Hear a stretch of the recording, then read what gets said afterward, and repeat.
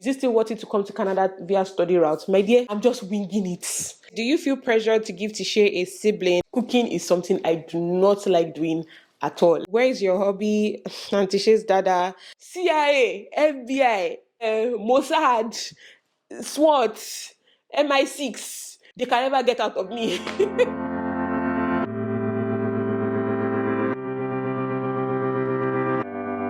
What's up, you guys? How's everyone doing today? Today, this beautiful day that the Lord has made, that we are rejoicing and we are glad in this beautiful day.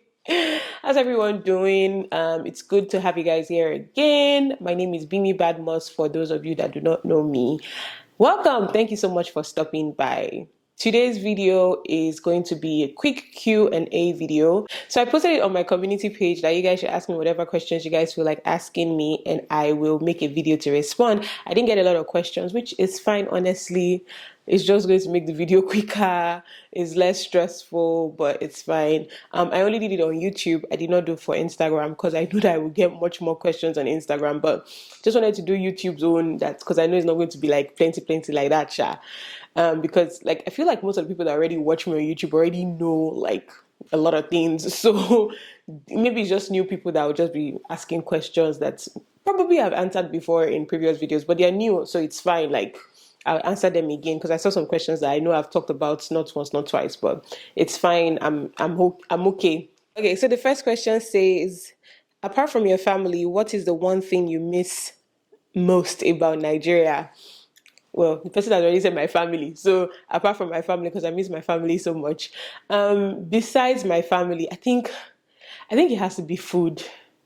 I think it has to be the food, honestly. Like I was still telling my husband some days ago, I was like, oh gosh, I miss that I can eat different variations of meat or different variations of chicken and not feel like I'm eating the same thing. Because I think I was complaining about how the chicken just tastes the same. Like I just want something different, but it's the same thing they are selling everywhere. But then I was just like, in Nigeria, you can eat different variations of chicken in a week and not feel like you're eating the same thing. Like even meat, like you can buy a regular beef and cook at home or whatever, you can eat it. The next day you can decide to buy suya. It's still meat, but you understand what I mean? The third day you can maybe buy from Mama Put. It will taste differently. Like it's the same thing, but it's just differently. But here, I don't have the luxury of always ordering food out. I barely even order food out. Maybe it's just pizza for my daughter. That's the only thing we like order out. So I have to cook. And anybody that knows me, knows that I don't like cooking. Cooking is something I do not like doing at all. Like, whenever I say it, people find it weird. I don't like cooking. Not that I don't know how to cook. I'm not. It's not like as if I'm a chef or anything. I don't know how to cook. Like I just dabble and dabble and dabble, and I just at least we can eat the food. My family can eat the food, but I don't like doing it. But because I'm here now, I have no choice than to do it. And I think part of the reasons why I don't like cooking is because I like tasting different things. Like, I would rather my friends cook for me and bring. I would rather eat that over the food that I make. Not because my own food is not sweet, but I don't just like eating the same thing over and over again. So I think the variations of food, see, I'm talking about food with so much passion. But yeah, the variation of food, oh God, it cannot be overemphasized. Maybe if I was living in a place like Toronto, where I hear that there are lots of like Nigerian restaurants, and I think there's only one Nigerian restaurant in this city. I've never even been there. I just hear about it. I've never been there, never ordered from there. But maybe if I was in a place like Toronto, but then again, I know how Canada can be expensive, so you can't be buying that one every day. Maybe I always tell my brother, maybe if I was living in Houston, oh my God. Oh my God, anytime I'm in Houston, I barely cook. Like I am I'm at Bisonet, I'm at one restaurant or the other, like Nigerian restaurants or even like Chipotle. Like the basic thing like Chipotle is not even in this city that I am in. Like, do you understand? Anyways, enough rant about food. That's that. Next person says, looking beautiful, Bimi. Oh, thank you. Thank you so much. um Next question says, looking good, Bimi. What is your advice concerning people that still want to relocate to Canada with study routes? I kind of knew I was going to get this question, and I feel like I've always wanted to do a separate video on this, but let me just paraphrase what I would have probably talked about in another video. I would still make another video, maybe more detailed than this. But I get this question a lot. People send me DMs and ask me, like, do you think it's still worth it to come to Canada with all these news that are happening, especially through the study route? And this is what I tell people. It doesn't matter what rules and regulation a country puts in place, like new laws or whatever. Those that it will favor, it will favor. Do you understand what I'm saying? As Nigeria is now, that everybody is complaining about, well, not everybody, or people that are not supporters of the president, the current president, as it is right now, there are still people that, yes, they don't support the current president, but guess what? They will still benefit from whatever new laws that he puts in place. As the United States is, that Trump is there, there are people that will still benefit one way or the other, or will still be happy about one law or the other that he has implemented. Yes, you may not like him. If you know me, if you follow me on Instagram, you know how I feel about him. But there is no how you still not benefit something. So no matter how they are changing rules and regulations and laws concerning international students coming to Canada, who you go favor? You go favor. That's the first thing I want to say. Second thing I want to say is that I've always said it, and I know a lot of people have always said it. Do your research very well. What exactly is your end goal for wanting to come to Canada? Would you be able to achieve that end goal with the new laws that they have put in place? Would you be able to get through things that you want to do with the new laws that they have put in place? Now, most of the people that are coming are most likely going to come from master's program. And the master's program these days now, it has to be, it's not more 1 year. It has to be like a minimum of almost 2 years to do a master's program. Do you have the funds for that 2 years? Because international students are now back to working 24 hours a week. And I promise you, even if you are earning $27 an hour, even if you're earning $30 an hour, $30 times that 24 hours a week, in 2 weeks, your paycheck, you are not going to be able to pay your school fees with it, depending on the province that you are. And I say depending on the province that you are because most of the provinces that have the cheaper school fees, in quotes, their minimum wages are not as high as like a minimum wage of BC, for example, and BC schools are very expensive. I would say that if you're going to come, make sure that you already have your proper funds that you'll be able to use to take care of yourself. Apart from doing the research for you to know that, in the next 2 years, this law, this is how it's going to affect me or catch up on me or my family or this or that, and this is how I plan to, manage the situation. Then you also have to think of funds. So when you figure all of those things out, I know that no matter how much you plan, trust me, I had planned when I was coming, but when my own situation is even bad. It's even God forbid it's not bad, but the timing that I came was even like we came in December of 2023. By January of 2024, they were just changing laws. Like the whole of 2024 was just changing this law, this law, this law, this law. The only thing I just thank God for is that it did not somehow touch me in one way or the other. Like, yeah, in the future, like when I graduate, some of the laws already kind of affect me, but it was just like this was not what I signed up for. Like when I was coming, this was not what I knew that was going to happen. But you know what? I just keep telling myself that God that started this journey with me is going to see me to the end. He that keepeth Israel, neither sleeps nor slumber. He's going to see me to the end. So after you've done all your research and you have your funds and everything, just commit everything into the hands of God. Let God direct you. You might be looking at Canada and it may be like it's even US God wants you to go to. Yes, even at this difficult time that US is in. You may be looking at US and it's even UK God wants you to go to. It may even be Australia. Just make sure that God is directing you to the right place that you should go. So make sure you've done all your research.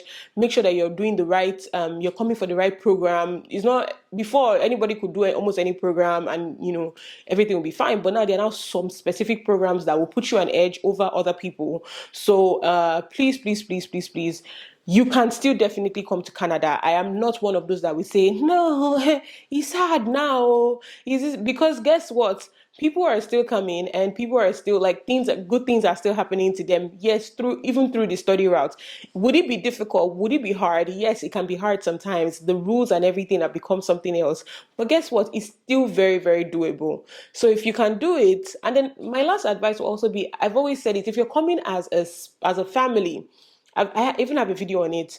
Make sure that they give you people your visa or your permit or whatever together. All this one that agents will be telling you, you apply alone, you apply alone. Then see the depression and sadness that creeps in once you're finally here and then you're applying for your family back home and they're denying them. Listen, it cannot be compared. This place can be very lonely, as in lonely, like different thoughts, different this thing will just be coming into your mind. So if you know that you're coming as a couple, I'll link the video that I made up here. Please make sure you do everything together. Don't let them separate you and my life will just become higgy yaga upside down. That's another thing that I can say. But as far as is it still worth it to come to Canada via study route, my dear, come. Hey baby girl, yes, so where is your hobby? Auntie Shay's dada. Lol, we can just imagine how you're coping with taking care of your home and motherhood and your schooling. You're doing a fantastic job. Our parents say, okay, kudos to you, girl. Keep persevering. Both you and your family are doing for an amazing future. We are learning a lot from you, Gbemi. Kudos to you. Above all, girl, thanks for sharing your life with us. We appreciate you. You rock, girl. You are so welcome. My husband is around. That's all I can say. Like, he's around. He's around. He's in Canada. He's here. He's around. But it's just the kind of work that he works. I have to do a lot of things by myself. I have to, motherhood, go to school, do things, and yeah, it's exhausting. I'm not even going to lie to you. Somebody was asking me the other day, "How are you?" I was like, I can't even. It's almost like I can't even catch a break.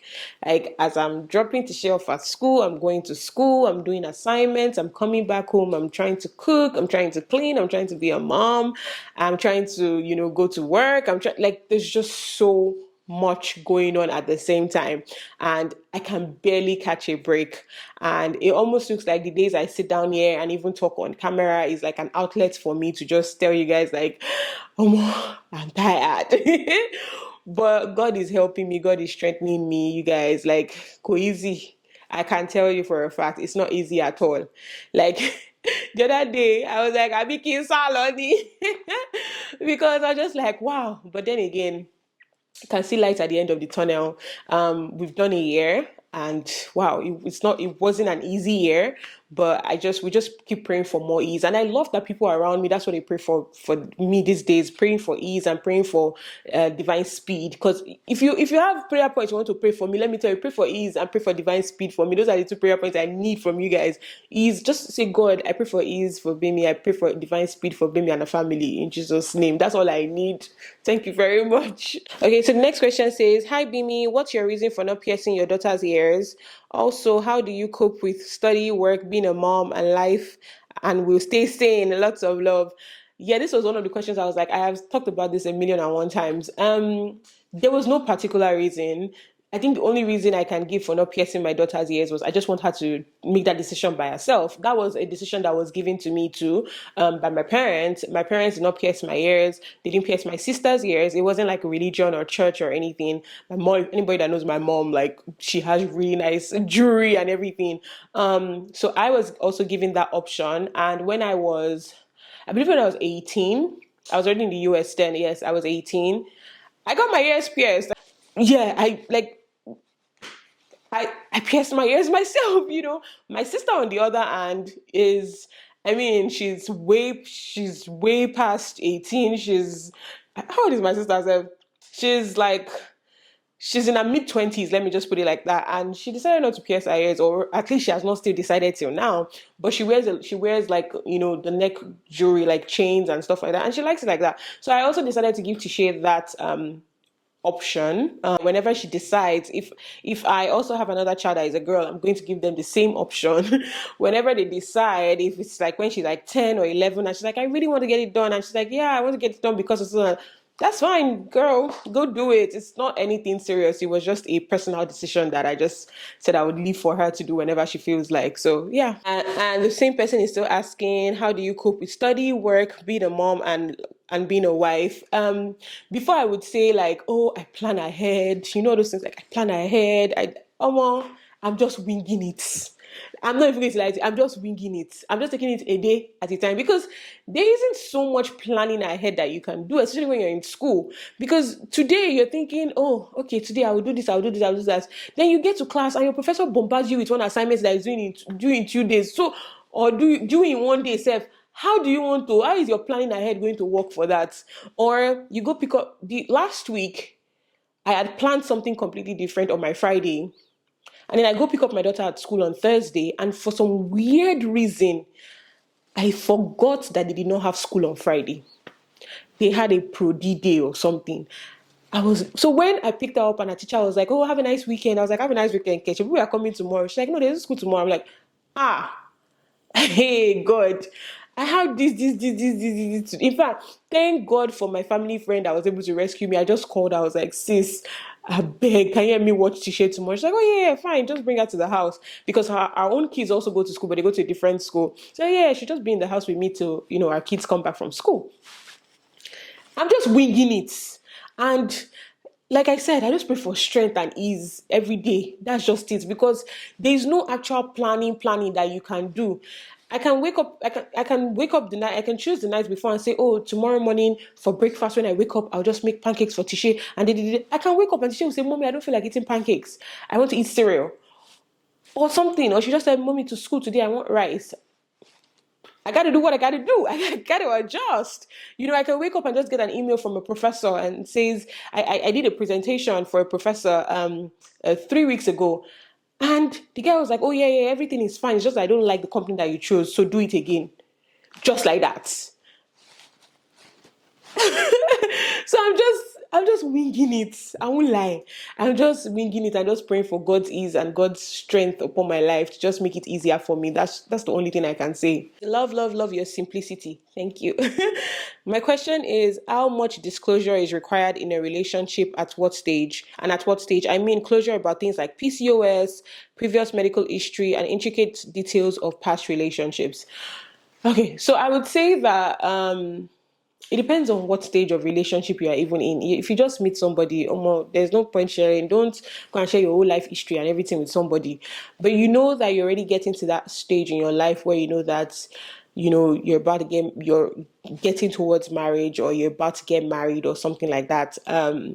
I told my husband, I think it was after he proposed to me, that I actually told him that I had PCOS, and this was what the doctor said, that I had, possible chances of not ever having a child, like infertility and things like that. And thankfully enough, and the funniest thing was, I actually would probably not have told him, but I have a good mom. I have a great mom. My mom was like, "You have to tell him. You have," because she's a marriage counselor. She counsels people. So she was like, "No," like she would tell her people to, like, whoever she was counseling, that you have to tell your spouse or the person you intend to get married to. And so she told me, and I had to tell my husband. But then again, like I said, it depends on like the stage of relationship that you're in, and it also depends on how that information will affect you guys, like after your marriage. So like I told my husband, because this is infertility we are talking about, if after 4 or 5 years of marriage you don't have a child, it would be weird and stupid for me to just start telling him, several years ago they diagnosed me with PCOS, and he'd be like, why didn't you tell me at first? But if it's something like, let me think, maybe like body counts, something like that. Not that you see an ex and say, oh no, it's not. Not that you lie and say, no, it's not an ex, so it's just somebody that I know. I'm talking about maybe just talking. Like, oh, I have 10 body counts. Why? Like, why is that information out? Personally, I'm just, because to me, it's not going to affect the dynamics of your relationship, of your marriage, except maybe if your marriage is based on the fact that maybe you guys were already, maybe you lied that you're a virgin, and then he now realizes that you're not a virgin. But why will you even lie that you're not a virgin when you're a virgin? I mean, something like that, yeah. But then things like I just said, like body counts, like I don't think anybody needs to know the details of your escapades or sexcapades. I don't think so. But like I said, if you had a relationship that ended really bad, that somebody was threatening you, it's a life-threatening thing. Oh, that's something that I believe your spouse needs to know, because it's going to affect both of you in the long run. But like I said, something that it did not concern him from head to toe. I beg, please. See, let me tell you something. There's some things my husband will say. My husband will say there are some things that CIA, FBI, what do they call them? Mossad, SWAT, MI6. What are they calling those people? Israeli people is Mossad, Abi. Russia intelligence. They can never get out of me. They cannot get out of me. Like, let them waterboard me. Let them this. Let them. They can never get some information out of me. Do you feel pressured to give to share a sibling? As a mom of one that is turning 4, I hear it all the time. I actually don't feel pressured.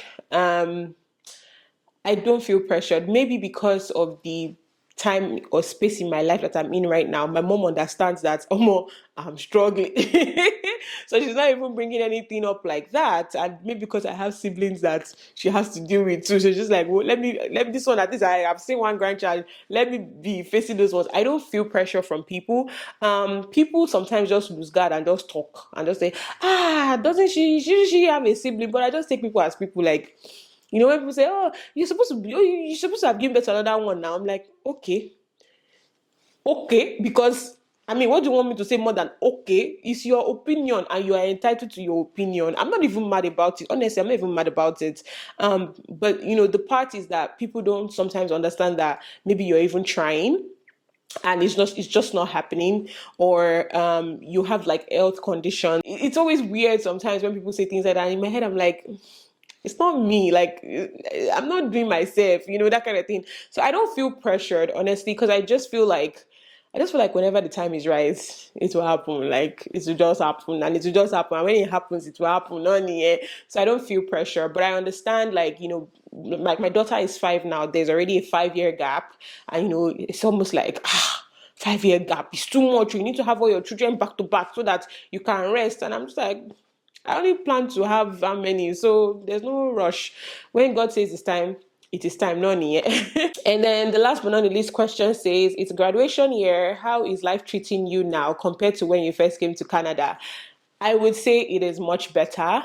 In terms of the fact that I have kind of balanced. Unlike when we came, I was not working, my husband was not here, like we didn't have a car, it was cold winter that I didn't know how to navigate with a child walking on the road, trying to take the bus and everything. It was completely different from where we were coming from, right? But then now, life is much, much better now. Are we still struggling? Obviously, we're still struggling with one thing or the other. But it's just much better. Like when we came, our house wasn't furnished or anything. We didn't have things. But gradually, we started working. I started working. My husband started working, and my daughter started going to school. We now have support. Oh my God, that one is even the main thing. We now have support system. You guys remember when I used to take my daughter to class with me when we just came? Now, I don't do that. I don't do that because even if I don't get a family friend to help me watch her, I have somebody that I can pay, to say, oh, just watch her for like 2 hours while I have class. So things are much, much easier. God has made it much easier. And I just realized that just putting God at the center of everything. When I'm talking to my dad would say, Omo, Adura lo shek pataki ju. That's what my dad would tell me. And I'm like, guy, like, daddy, you don't need to tell. Like, I have seen it firsthand, face to face. Like, God really, really cares about me and is intentional about me, because you don't even want to know how I navigated last year. Like I just give all the praises and honor to God, because without God, I don't think any of it could have been possible till today. So yes, like, it's much, much better. And piggybacking on the question that somebody had asked about if it's still worth it to come to Canada. Listen, the first couple of years might be rough. Like, I'm in my second year now, and trust me, it is still rough.